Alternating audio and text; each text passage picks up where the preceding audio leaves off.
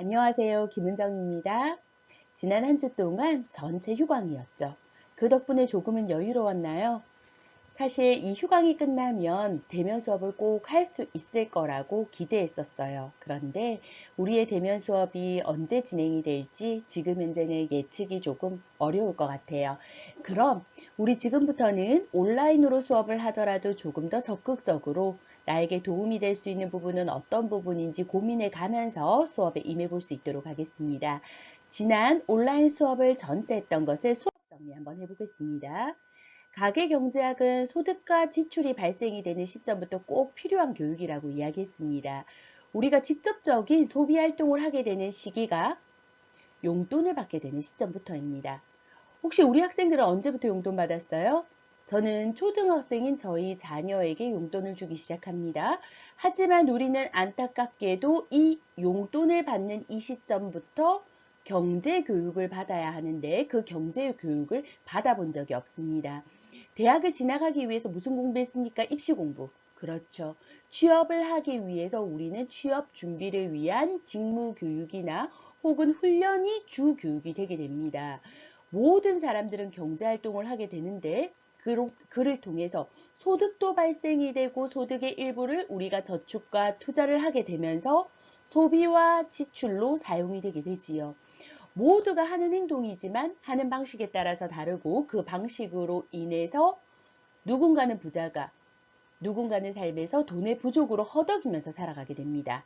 많이 벌고 적게 버는 것은 수익의 차이도 물론 있겠지만 그보다 돈을 대하는 태도로 인해서 결과가 달라지게 됩니다. 우리는 새 학기에 거쳐서 돈 공부를 할 겁니다. 이번 학기에는 가계경제학, 그리고 다음 학기에는 가계재무설계, 그리고 그 다음 학기에는 저축과 투자로 돈 공부를 마무리하게 됩니다. 이를 통해서 경제 마인드 함량부터 시작해서 생애 주기별 재무 설계 및 저축과 투자 방법까지 학습하여 미래의 경제 활동을 하게 되면 우리 본인에게 맞는 성공적인 재무 관리를 할 수 있을 거라 저는 믿습니다. 자, 두 번째 수업에서는 자본주의와 기요사키의 부자 아빠, 가난한 아빠의 책 내용으로 경제 마인드 함량하는 공부를 같이 했었고요.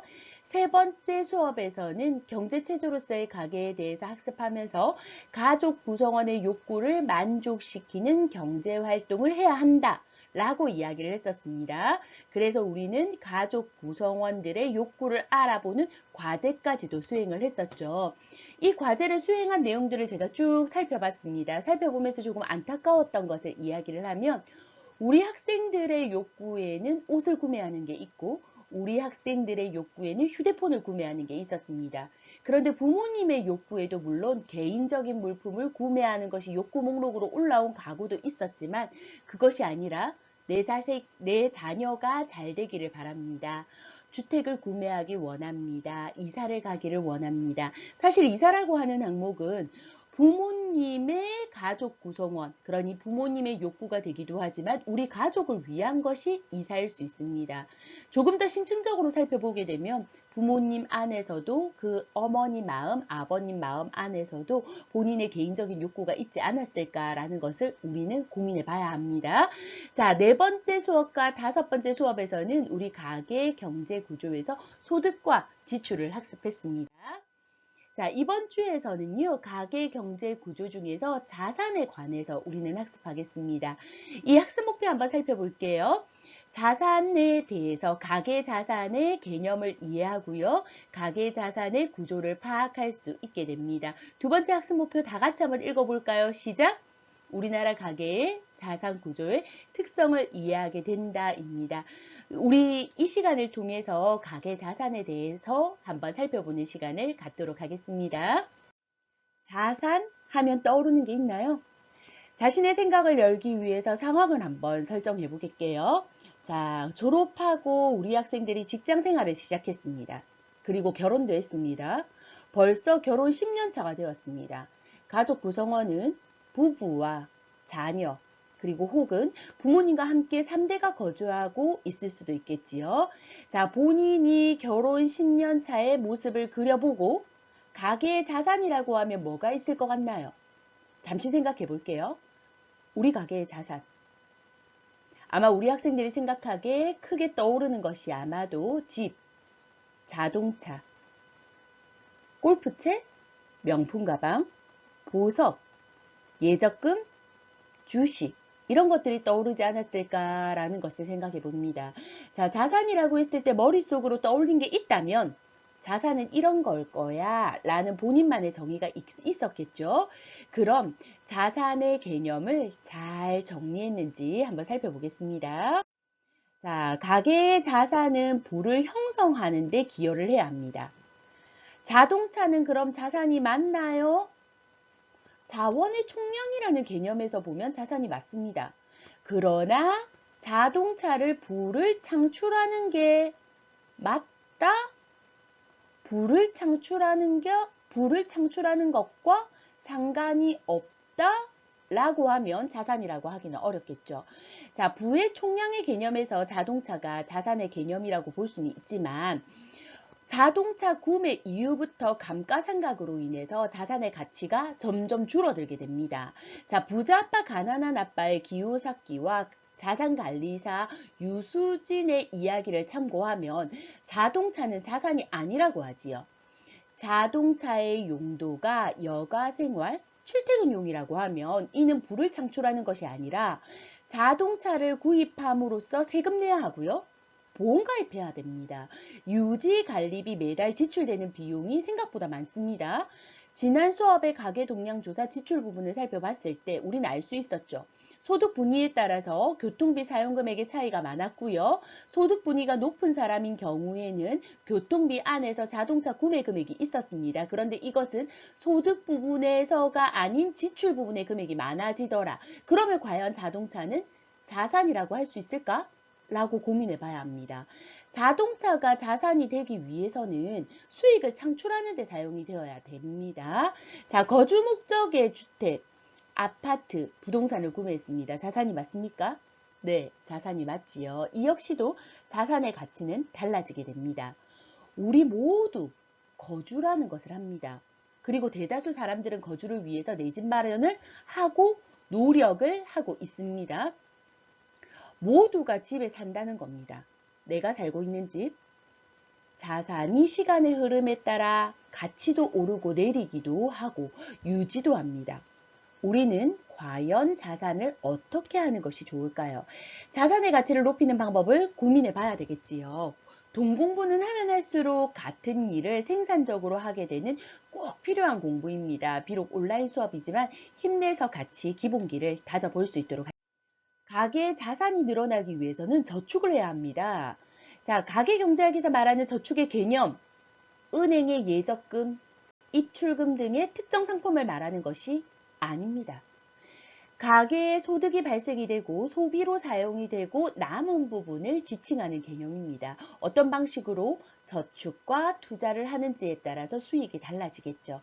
소비로 사용이 되고 남은 부분을 어떤 방법으로 상품으로 저축할 것인가를 고민해야 합니다.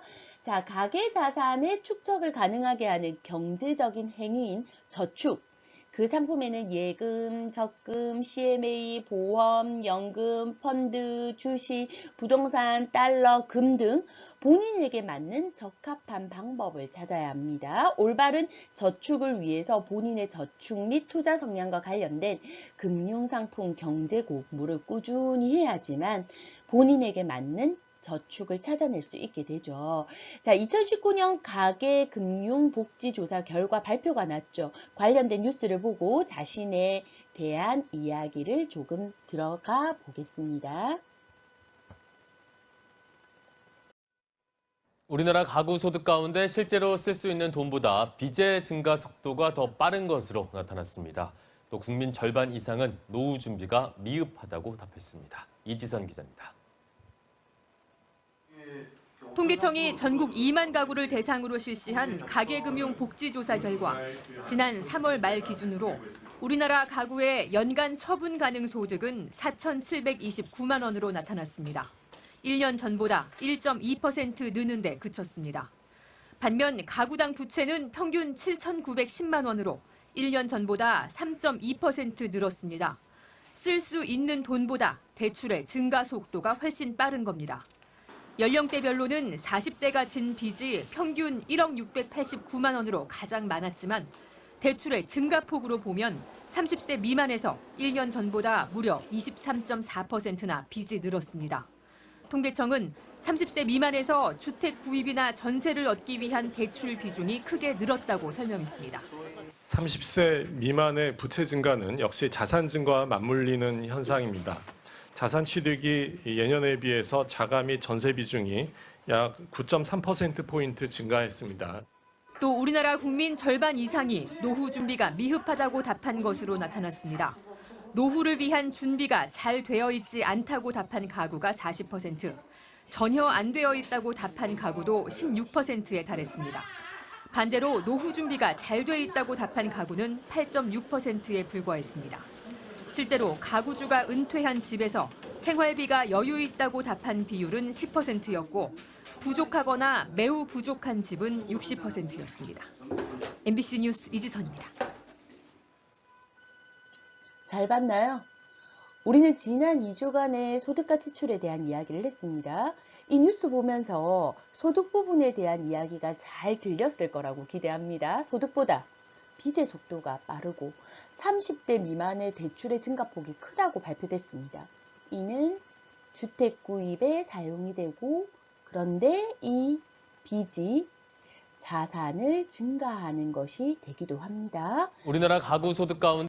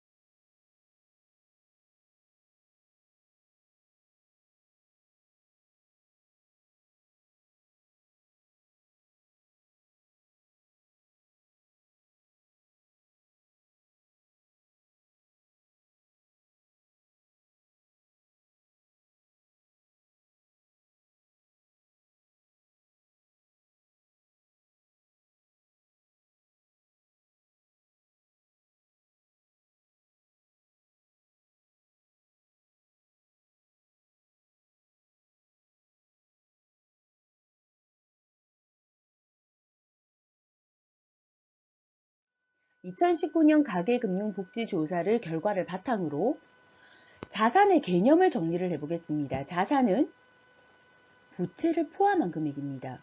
부채가 자산을 축적시키는데 사용이 되기도 하지요.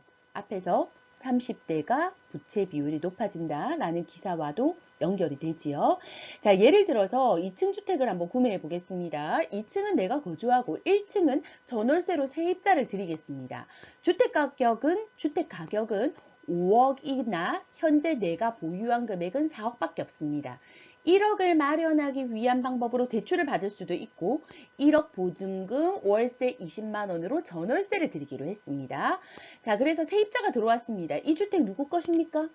당연히 내가 주인이죠.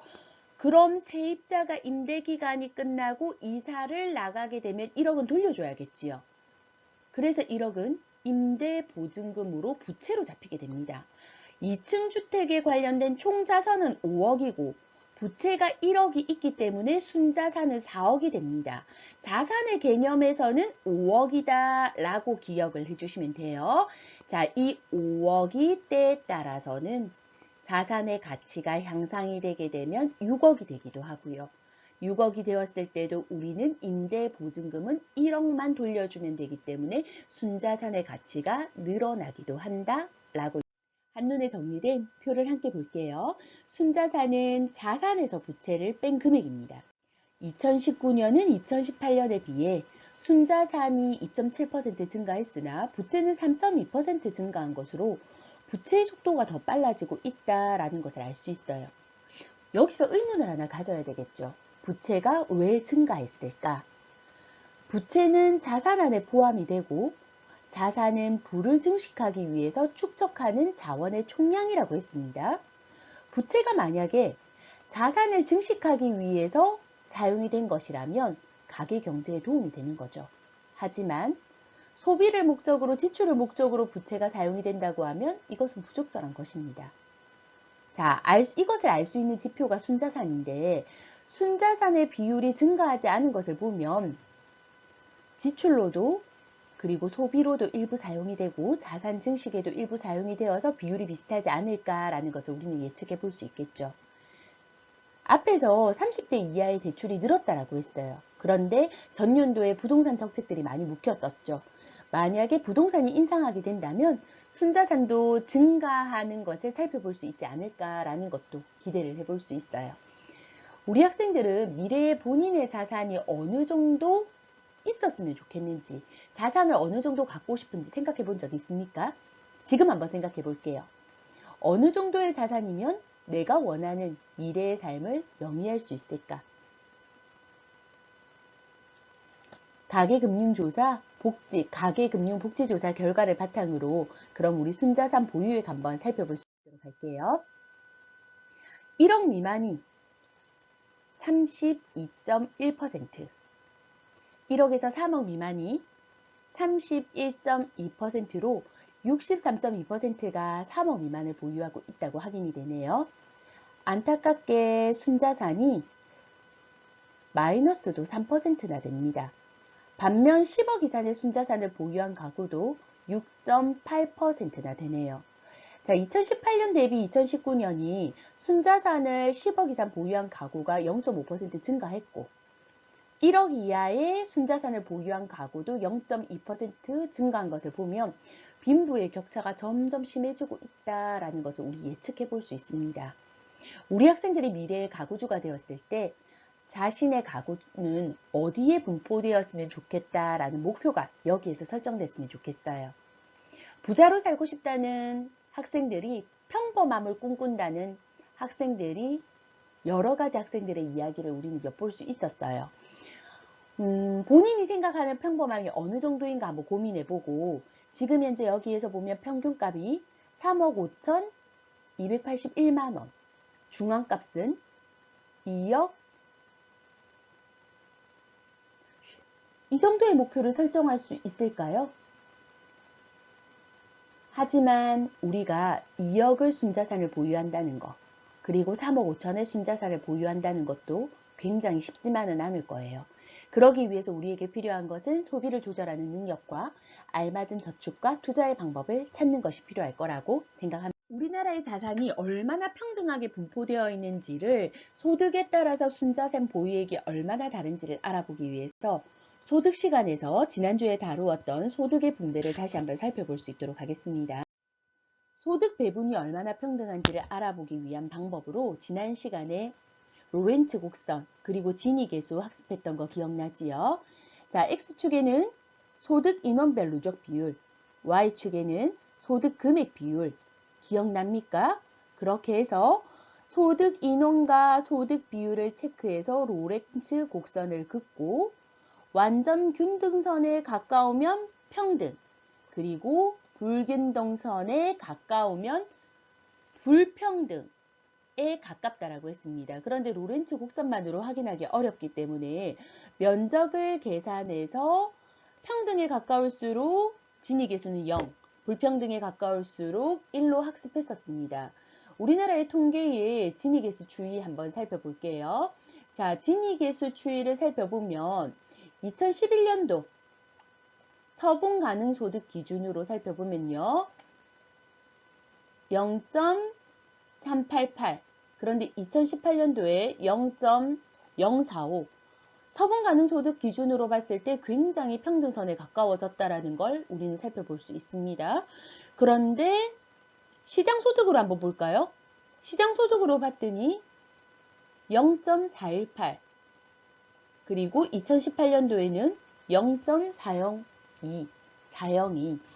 왜 시장소득이 처분가등소득보다 불평등하다고 나올까요? 당연히 소득이 많으면 세금을 많이 내기 때문에 불평등 숫자가 더 높게 나옵니다. 그래서 우리는 되도록이면 평등하다라는 지표를 많이 보여주기 위해서 처분가능소득과 시장소득으로 나누어져서 통계청에서는 나오게 되어 있고요. 이것을 보면서 우리가 생각해야 되는 것은 되도록이면 평등하게끔 국가에서는 보여주고자 하는구나 라는 것도 생각해 봐야 하는 겁니다.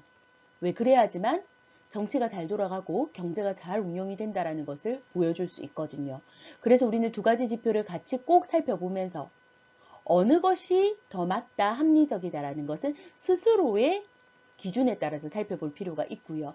그런데 시장소득과 처분가능소득의 차이에서 보면은 사실은 처분가능소득은 실제 사용할 수 있는 소득이죠. 그러면 세금을 제외하고 우리가 만질 수 있는 돈, 연금을 제외하고 국민연금을 제외하고 우리가 만질 수 있는 돈이죠. 그런데 국민연금은 나이가 들어서 은퇴가 하게 되게 되면 국민연금은 또 다른 소득으로 창출이 되게 됩니다. 그때 또다시 불평등을 낳을 수가 있겠죠. 그래서 이 수치를 볼 때 시장소득으로 봐야 될지 처분가등소득으로 봐야 될지 두 가지를 같이 고려해서 봐야 될지 스스로가 판단하면서 볼 수 있는 학생들이 됐으면 좋겠어요. 소득 배분 평등을 알아보는 지표가 지니계수, 로렌츠 곡선 외에도 5분위 분배율, 10분위 분배율이 있다고 했습니다. 소득 배분의 평등을 알아보는 우리의 삶에서 중요하지 않다라고 생각할 수도 있겠지만 소득 5분위, 소득 10분위가 삶에서 자주 접할 수 있는 용어입니다. 그래서 꼭 기억을 해둘 필요는 있습니다. 지난 시간에 5분위와 10분위에 대해서 상세하게 설명을 해드리지 못해서 이번 시간에 조금 더 보태기해서 설명을 해드릴게요. 우리나라의 전체 인구를 소득 순위에 따라서 줄을 지어 볼 겁니다. 그렇게 하면 저소득부터 고소득까지 1분위, 2분위, 3분위, 4분위, 5분위로 구분하는 것을 소득 5분위라고 하고 전체 인원을 소득을 가장 적게 받는 저소득부터 고소득까지 열등분으로 나누어서 1분위, 2분위, 3분위, 4분위, 5분위, 10분위까지 구분하는 것을 소득 10분위라고 합니다. 그럼 이것이 얼마나 평등한지를 알아보기 위해서 우리는 5분위 분배율, 10분위 분배율을 계산할 수도 있습니다. 그래서 우리 이거 한번 계산해 볼 수 있도록 할게요. 먼저 소득 5분위 분배율입니다. 소득 순위에 따라서 전체 인구를 줄을 세워 보겠습니다. 저소득자부터 해서 고소득자까지 소득 순서에 따라서 줄을 세우는 겁니다. 소득 1분위는 하위 20% 분모해 두겠습니다. 소득 상위 20%를 분자해 두겠습니다. 그리고 계산을 하시게 되면 예를 들어서 소득 5분위에 속한 사람들이 가진 소득 점유율이 40%이고 소득 1분위에 속한 사람들의 점유율이 2%라고 가정할 때 소득 5분위의 분배율은 20이 되게 되지요. 그렇다면 가장 불평등할 때는 어떻게 되는지 한번 계산해 볼까요? 가장 불평등하기 위해서는 소득 상위 20%의 사람들의 소득 점유율 몇 %여야 됩니까? 모두 다 가지고 있어야 되죠. 그래서 100%입니다. 하위의 20%는 점유율이 0%죠. 그래서 소득 5분위의 분배율은 무한대가 되게 됩니다. 그럼 가장 평등한 분배율 한번 확인해 볼까요? 가장 평등하기 위해서는 어떻게 돼야 돼요? 상위 20%, 하위 20%, 각각의 점유율이 모두 다 20%여야 되겠죠. 그렇죠. 그래서 소득 5분위 분배율은 가장 평등한 선이 1이 되게 됩니다. 그래서 소득 5분위 분배율에서 평등하기 위해서는 1에 가까워야 되고 불평등하면 할수록 숫자가 커져서 무한대까지 커질 수 있다더라 라는 것을 기억해 주시면 돼요. 그렇다면 이번에는 소득 10분위 분배율에 대해서 한번 이야기를 해볼 겁니다. 10분위 분배율은 5분위 분배율하고 계산법이 다릅니다. 왜 이렇게 일관성 없이 헷갈리게 했는지 저도 잘 모르겠어요. 사실 좀 불편하기는 하지요. 바꿀 수가 없다면 우리가 변화되어야 되니까 불편함을 감수하기 위해서는 우리가 기억하는 수밖에 없습니다. 소득 1에서 4분위, 즉 하위 40%를 분자에 두겠습니다. 그리고 소득 20%를 분모에 두어 계산합니다. 예를 들어서 한번 볼까요?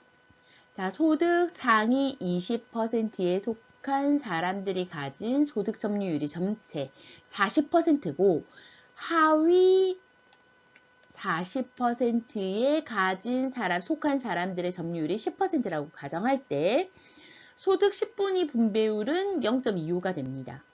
가장 불평등할 때는 어떻게 되는지 한번 계산해 볼까요? 자, 가장 불평등하기 위해서는 소득 상위 20%의 사람들이 점유율을 얼마 가지고 있어야 되죠? 맞아요. 모두 다 가지고 있어야 되죠. 100%입니다. 그리고 하위 40%의 점유율은 0%가 될 수밖에 없겠죠. 그러면 10분위 분배율은 0이 되게 되죠. 자, 가장 평등한 분배율 한번 확인해 볼까요? 상위 20%, 점유율 20%, 하위 40%, 점유율 40%여야 되겠죠?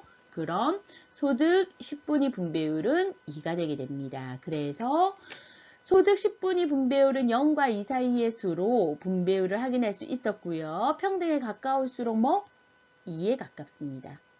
그리고 불평등에 가까울수록 0에 가깝게 됨을 알 수 있죠. 자, 소득의 분배를 다시 한번 정리해 보겠습니다. 지니계수, 로렌츠 곡선, 그리고 10분위 분배율, 5분위 분배율로 소득을 평등하게 분배되었는지 확인할 수 있다. 라고 했고요. 자, 로렌츠 곡선의 모양만으로 구분하기 어려워서 지니계수로 계산을 해본다 라고 이야기를 드렸습니다. 지니계수에서는 0에 가까울수록 평등하고 1에 가까울수록 불평등하며 5분위 분배율은 1에 가까울수록 평등하고 불평등에 가까울수록 숫자가 커져서 무한대로까지 커질 수 있다. 그리고 10분위 분배율은 평등할수록 2, 불평등할수록 0에 가깝습니다. 라고 정리해 드립니다. 자, 우리는 10분위, 5분위를 이해했으니까 이제 화면에 보이는 표를 살펴볼 수 있으리라고 생각이 듭니다. 자, 순자산 보유 금액에 따라 작은 금액부터 많은 금액까지 줄을 세우고 인원수별로 10등분으로 나누어서 살펴보겠습니다. 10분위에 속한 사람이 43.3%의 순자산을 점유하고 있는 것을 알 수 있죠. 자, 표 1에서 4. 표 1-4의 소득 5분위별 가구당 순자산 보유액 및 점유율도 함께 살펴보겠습니다. 전체 평균이 3억 5,281만 원이고 평균보다 높기 위해서는 소득 4, 5분위에 속해야만 순자산 보유액이 평균보다 많을 수 있다는 것을 알 수 있습니다. 굳이 부자가 되고 싶지 않아요. 라고 하는 학생들을 많이 만나봤습니다. 그냥 남들처럼 먹고 싶고 그리고 남들처럼 여행 가고 계절이 바뀔 때 옷도 사고 배우고 싶은 것 있을 때 배우고 적당히 친구들 만날 수 있는 정도 그 정도 여유이지 그냥 저는 많은 부자로 살고 싶진 않아요. 그냥 남들처럼 살고 싶어요. 옆에 있는 사람보다 너무 못 살고 싶지도 않고요. 남들 그냥 여행 갈 때 저도 한번 가고요. 남들 맛있는 거 먹으러 외식할 때 저도 한번 그 정도였으면 좋겠어요. 라고 이야기를 하지만 그것을 할 수 있는 사람이 저는 부자라고 이야기 드립니다. 지난 시간에 지출금액 조사해봐서 알 수 있겠지만 소득에서 소비, 지출을 빼고 나면 저축하는 순자산 보유액이 저축금액이 그렇게 많지 않습니다. 그래서 순자산 보유액이 늘어나기가 어렵다는 거죠. 순자산 보유액이 평균 3억 5천이 있어야지만 남들처럼 사는 그냥 제가 바라는 삶을 달성할 수 있는 겁니다. 그런데 3억 5천이라는 금액을 모을 수 있다는 거 상상이 잘 안 될 겁니다. 남들처럼 살기 위해서 알고 보면 순자산을 누려야 하는데 순자산을 누리기 위해서 우리가 할 수 있는 것은 다시 한번 말하지만 합리적인 소비와 저축 활동입니다. 물론 많은 소득을 얻게 되는 것도 좋은 방법이 될 수 있습니다. 만약에 우리가 소득의 10분위에 속하는 금액인 급여를 700만 원 이상을 소득을 받게 된다라고 하면 그만큼 조금 더 순자산 보유액이 늘어날 수 있긴 하겠지만 우리 학생들 역시도 직업 분포도에 따른 급여를 조사해 보게 되면 우리의 소득 분위도 한번 살펴보는 점검이 될 겁니다. 그만큼 순자산 보유액을 늘리기는 어렵다라는 것을 다시 한번 강조하면서 이야기를 드립니다. 자, 현재 3억 5천을 모으나 걱정이 될 거라 생각이 듭니다. 언제 3억 5천을 모을까? 연령대별로 가구당 순자산 보유액을 한번 살펴볼게요. 순자산을 가장 많이 보유하는 연령대는 50대입니다.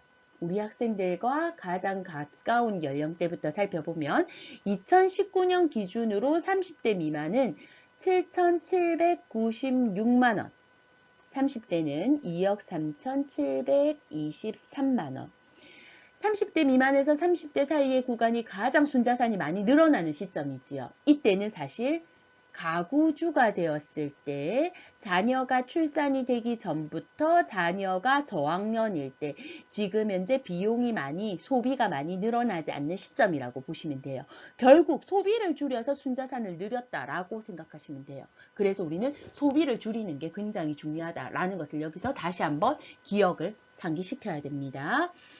자, 우리 상용 근로자가 될 가능성이 가장 높죠. 상용 근로자가 순자산 보유액이 가장 늘어난다라는 것도 많이 볼 수 있어요. 그래서 근로를 하실 때 정규직 상용 근로도 우리에게 순자산을 늘리는 중요한 도구가 될 수 있다라는 것을 같이 이야기를 나누고 싶었습니다.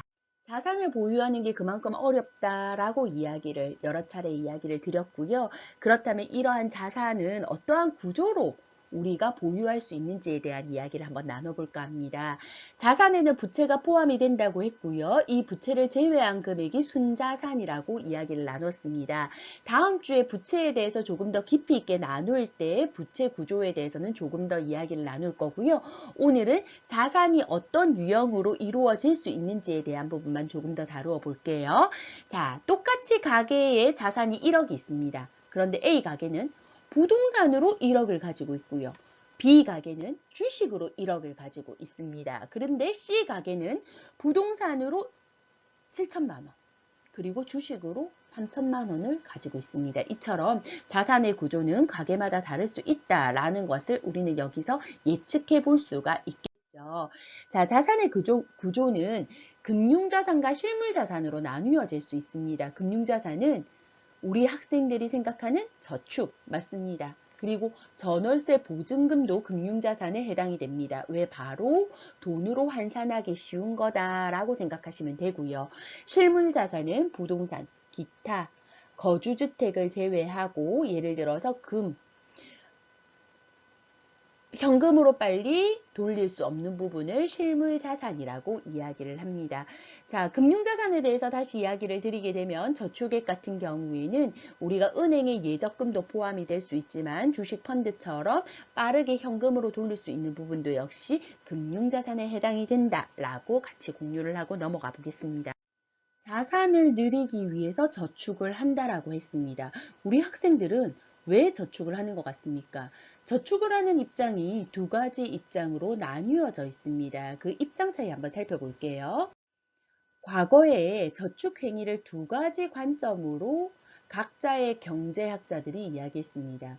고전학파에서는 미래를 위해서 저축을 하는 것이다. 그래서 우리는 미래를 대비하기 위해서 어느 정도 소비하고 어느 정도 모아야 하는지 저축해야 되는지 미리 합리적으로 생각해서 저축을 한다.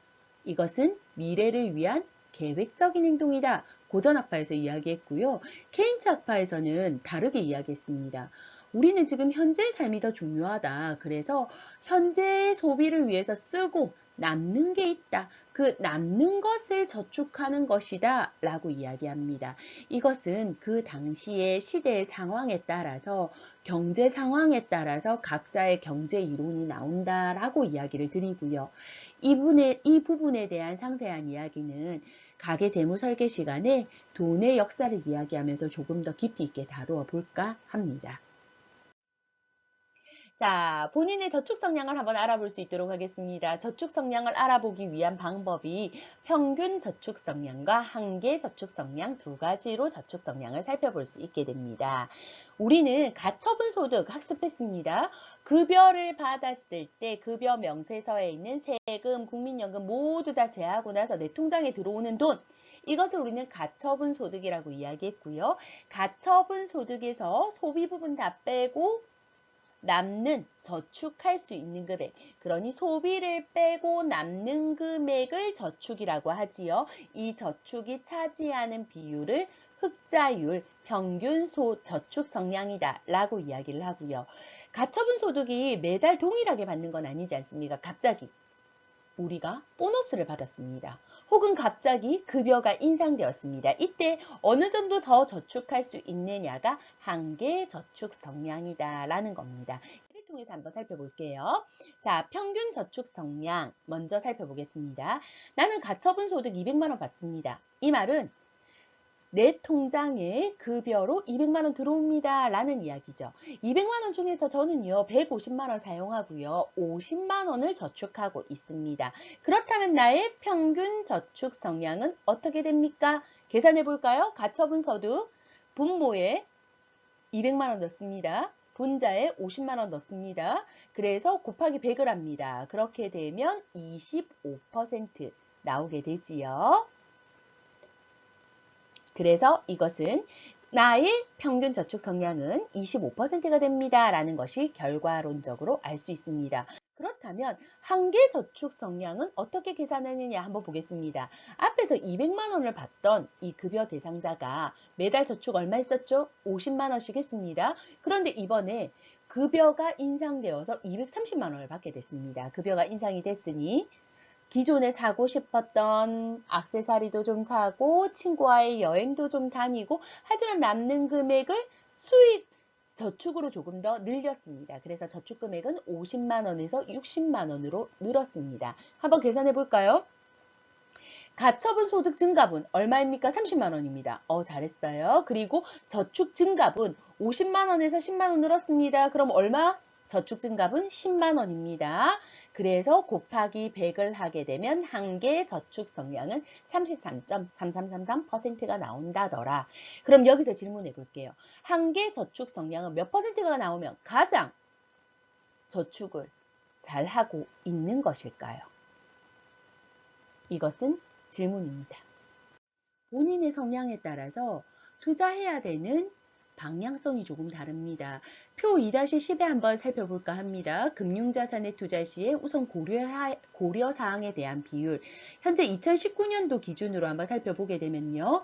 안정성을 가장 많이 봅니다. 라고 71.4%가 이야기했습니다. 대다수의 사람들은 금융자산에 투자할 때 안정성을 중요하게 생각한다. 그럼 여기서 안정적인 상품이 어떤 게 있을까? 한번 살펴봤더니 안정적인 상품은 저위험, 저수익, 안정자산인 은행의 예적금이나 국공채 등을 볼 수 있다. 당연히 이율이 낮겠죠. 수익이 낮다 보니 위험률이 낮고 그거에 따라서 안정성이 높게 된다라는 것을 여기서 예측해 볼 수 있습니다. 그런데 이 외에 어떤 비율을 많이 살펴보는가 한번 살펴봤더니 두 번째로 많이 보는 것이 수익성이다 라고 이야기합니다. 2019년도 기준에 14.5%의 사람들이 저희는 수익성을 많이 보고 있습니다 라고 이야기했고요. 고수익은 당연히 고위험을 불러옵니다. 그래서 위험 자산에 투자하는 것 사람들을 수익성을 보고 있다라고 이야기하고요. 수익이 높은 상품은 어떤 상품들이 있는지 살펴봤더니 주식, 펀드, 변액 상품들이 있겠죠. 이 상품들이 수익성을 많이 고려하고 있습니다. 또 어떤 부분으로 금융자산에 투자할 때 고려하고 있습니까? 라고 봤더니 현금화를 쉽게 시킬 수 있습니까? 유동성이 있습니까? 라고 보는 거죠. 그래서 유동성이 있는 것들은 금융자산에 투자하게 되고요. 저희는 현금화의 가능성이 낮아도 됩니다. 라고 하면 실물자산에 투자합니다. 부동산이나 금과 그리고 부동산 외에 기타로 내가 움직이지 않아도 되는 실물 자산에 투자하기도 한다라는 것을 여기서 볼 수 있고요. 예외로 접근성을 본다라는 것도 있습니다. 최근에 한 사례를 이야기 드려볼까 해요. 이번에 코로나19 사태로 인해서 소상공인에게 1.5% 저리 대출을 해줬던 거 기억하지요? 예, 최대 7천만 원까지 대출을 해주고 있습니다. 제 주변의 지인이 작은 가게를 운영하고 있어요. 이 점포에서 운영을 하고 있는데 기존의 대출이 한 5천만 원 정도 있다는 얘기를 들었습니다. 저는 1.5%의 저리금리를 딱 듣자마자 이 친구에게 소개를 해줘야 되겠다라는 생각에 전화를 한 통 걸었습니다. 기존에 사용하고 있는 대출 너무 높지 않아? 이번에 1.5%로 대출을 바꿔준대 라고 이야기를 했더니 나 기존에 신용대출 쓰고 있잖아. 마이너스 대출. 그래서 한 6, 7% 되기는 하는데 5천만 원 한도이기는 하지만 내가 쓸 때 쓰고 갚을 때 갚는데 굉장히 그냥 예적금 통장처럼 이용하기 때문에 입출금 통장처럼 이용하기 때문에 굉장히 편해. 그래서 나는 그대로 쓸래. 은행 가기 귀찮아. 소상공인 대출 신청하기 귀찮아. 접근성이 떨어지기 때문에 이율이 높아도 나는 대출을 갈아타지 않을 거야. 라는 사람도 있더라고요. 접근성에서 근처에 가장 가까운 은행이 어딥니까? 네, 맞습니다. 1금융권. 저희 집에서 가장 가까운 은행은 부산은행. 그 다음에 가까운 은행이 국민은행이에요.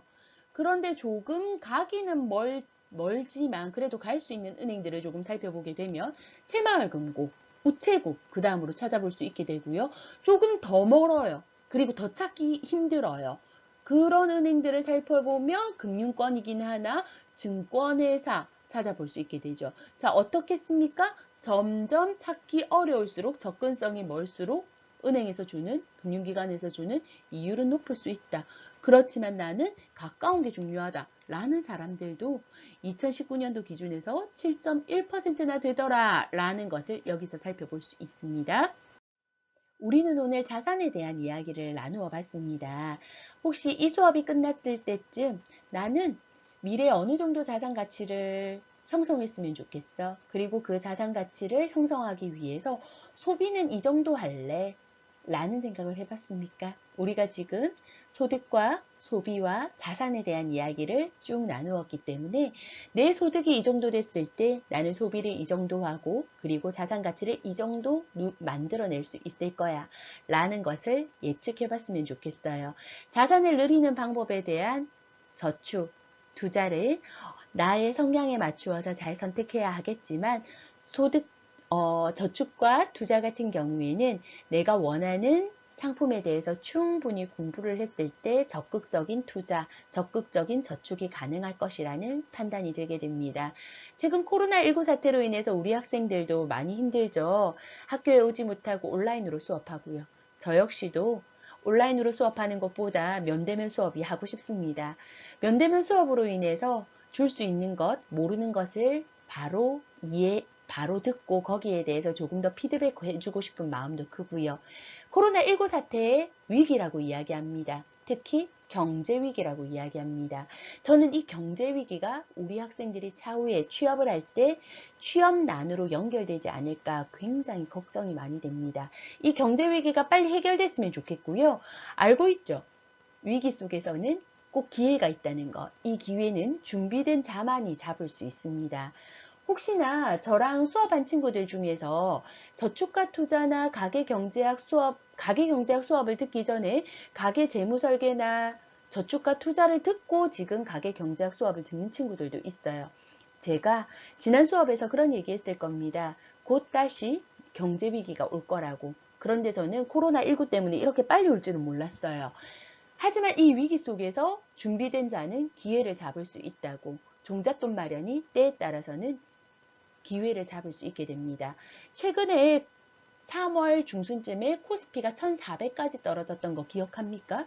코스피가 떨어지게 되었을 때 우리가 어디에 투자하게 되었을 때 순자산을 늘릴 수 있을까? 어디에 저축하게 됐을 때 순자산을 늘릴 수 있을까? 라는 거 역시도 기존에 공부된 자만이 알 수 있는 해답입니다. 지금 역시도요, 경제 공부를 꾸준히 하시게 되면 주기별로 경제 위기가 다가옵니다. 그렇지만 준비되지 않은 이 위기를 기회로 삼을 수 있게 됩니다. 우리 학생들 모두 다 기회를 삼을 수 있는 학생들이 되기 바라면서 오늘 수업은 마무리하겠습니다. 고생하셨습니다.